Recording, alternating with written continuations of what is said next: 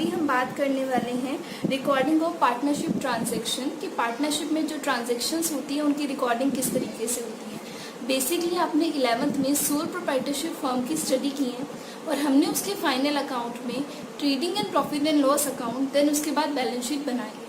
इसमें फ़र्क कहाँ आता है, आपको trading and profit and loss account तो वैसे ही बनाना है, पर उसके और बैलेंस शीट के बीच में आपको एक अकाउंट और प्रिपेयर करना पड़ता है और उस अकाउंट का नाम होता है profit and loss appropriation account. Basically क्या होता है, जब हम सोल प्रोप्राइटरशिप फर्म के अकाउंट्स बना रहे थे 11th क्लास में, तो जितना भी हमारा P&L अकाउंट से प्रॉफिट निकला था उस सब के सब प्रॉफिट को हमने बैलेंस शीट की लाइबिलिटी साइड में डालकर कैपिटल में जोड़ दिया था।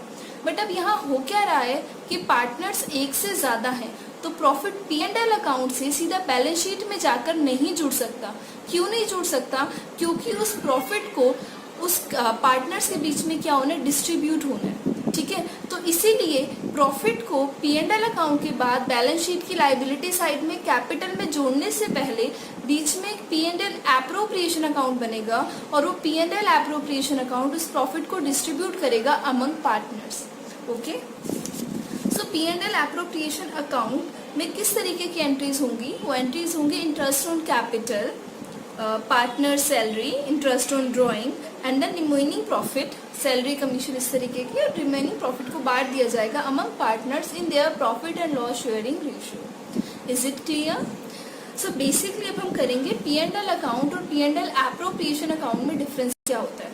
जो P&L अकाउंट बनाया जाता है वो ट्रेडिंग अकाउंट के बाद बनाया जाता है, it is the part of trading and profit and loss account. But जो P&L एप्रोप्रिएशन अकाउंट है वो P&L अकाउंट के बाद में बनाया जाता है। तो पहला डिफरेंस आप लोग समझिए कि जो P&L अकाउंट है वो ट्रेडिंग के बाद बनता है और जो P&L एप्रोप्रिएशन अकाउंट है वो P&L के बाद बनता है। ओके, आगे देखिए ऑब्जेक्टिव क्या है। P&L अकाउंट का ऑब्जेक्टिव हमने 11th में ही पढ़ लिया था कि उसका ऑब्जेक्टिव है असर्टेन करना कि फर्म को प्रॉफिट हो रहा है या लॉस। लेकिन P&L एप्रोप्रिएशन अकाउंट का मोटिव क्या है, उस प्रॉफिट को डिस्ट्रीब्यूट करना अमंग पार्टनर्स।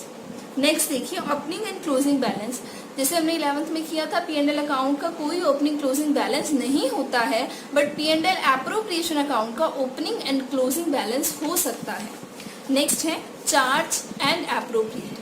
P&L अकाउंट में हम चार्ज को शो करते हैं। चार्ज का मतलब होता है एक ऐसा खर्चा, चाहे फर्म को प्रॉफिट हो चाहे लॉस हो, वो खर्चा करना ही करना पड़े, दैट इज चार्ज। और ये चार्ज शो होते हैं प्रॉफिट एंड लॉस अकाउंट में।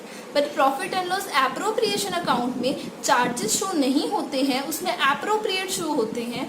एप्रोप्रिएट और चार्ज में फर्क क्या होता है? चार्जेस ऐसा एक्सपेंस है जो हमें करना ही करना पड़े, चाहे फर्म को प्रॉफिट हो रहा हो चाहे लॉस हो रहा हो। ठीक है, यहाँ तक कि लॉस में भी जो खर्चा हमें करना पड़े, that particular expenses are charge. And appropriate का मतलब है एक ऐसा खर्चा जो अगर प्रॉफिट हो तो करे और लॉस हो तो उसको ना करे, जैसे कि interest on capital, salary to a partner और commission to a partner. Next देखिए वो क्या कह रहे हैं, पार्टनरशिप एग्रीमेंट। ऐसा कौन सा अकाउंट है P&L और P&L एप्रोप्रिएशन में जो पार्टनरशिप के एग्रीमेंट के अंदर आकर बनता है, that is P&L appropriation account, not P&L account. क्योंकि P&L अकाउंट तो सभी फर्म्स बनाती हैं इररिस्पेक्ट ऑफ कि वो पार्टनरशिप है या नहीं है। लेकिन अगर एक पार्टनरशिप फर्म है तो उसके लिए ज़रूरी हो जाता है कि वो P&L एप्रोप्रिएशन अकाउंट बनाए। तो P&L एप्रोप्रिएशन अकाउंट किस फर्म के लिए बनाना जरूरी है? एक ऐसी फर्म के लिए बनाना P&L एप्रोप्रिएशन अकाउंट जरूरी है जिसका बिजनेस क्या है, पार्टनरशिप का। ओके, नेक्स्ट है हमारे पास मैचिंग कंसेप्ट। जो हमारा P&L अकाउंट होता है वो मैचिंग कंसेप्ट के अकॉर्डिंग चलता है, मैचिंग कंसेप्ट को फॉलो करता है। But P&L appropriation account matching concept के अकॉर्डिंग नहीं बनता है।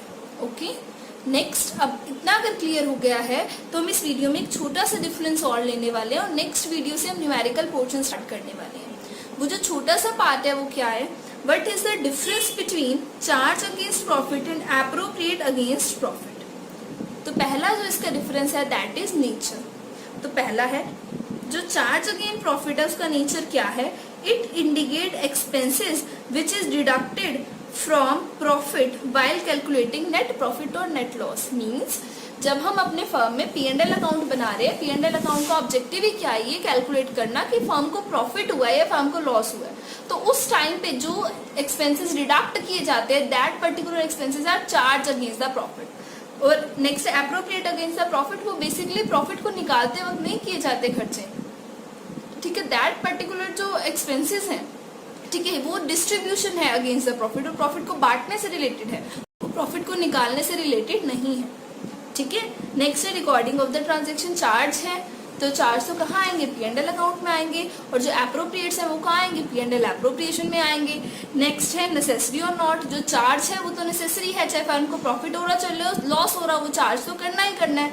जैसे कि हमने पार्टनरशिप डीड की एब्सेंस में एक बात की थी कि हमें हमारे जो पार्टनर है उसको 6% per annum interest on loan मिलेगा ही मिलेगा, तो that particular 6% per annum interest on loan, ठीक है, that is the charge against the profit. Similarly अगर किसी पार्टनर को रेंट पे करना है, उसकी हमने एरिया को यूज कर रहे हैं फर्म में, तो दैट पर्टिकुलर पार्ट, ठीक है, that is not are appropriate, चाहे हम उसको पार्टनर को दे रहे हैं बट वो हमारा क्या है, चार्ज अगेंस्ट द प्रॉफिट है, ठीक है।